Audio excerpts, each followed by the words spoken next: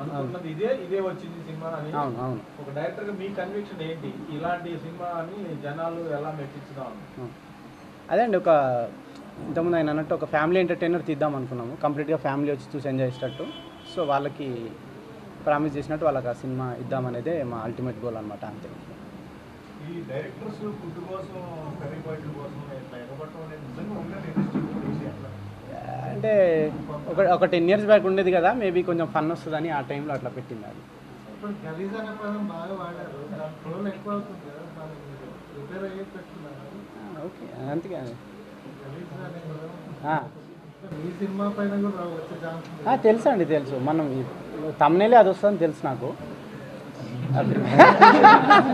తెలుసు తెలుసు, రెడీగా ఉంటారు అది వాడడానికి అని తెలుసు. బట్ నాకు అనిపించింది సీన్లో అది కుదురుతుందని పెట్టాను.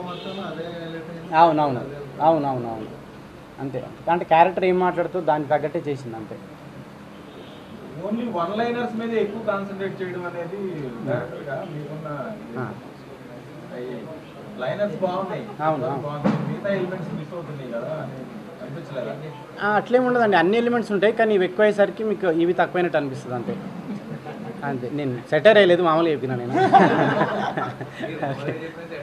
లేదు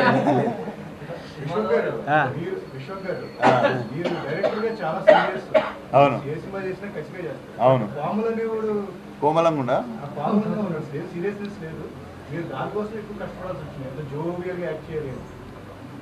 అంటే నేను కోమలంగా చేయడానికి ఎక్కువ కష్టపడ్డా అంటారా?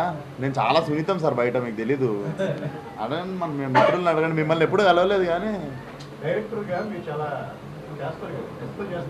అవునవును అవును చాలా సీరియస్ రైటింగ్ ఉంటుంది. అవును కానీ ఈయన సీరియస్ రైటింగ్ ఉండదు కదా. అవును, బట్ అదే కదా మీకు వెరైటీ దొరుకుతుంది కదా. నేను అదే చేస్తే కూడా మీరు బోర్ అయిపోతారు. So I think this is like very good and fresh combination. అందుకే now people are also appreciating.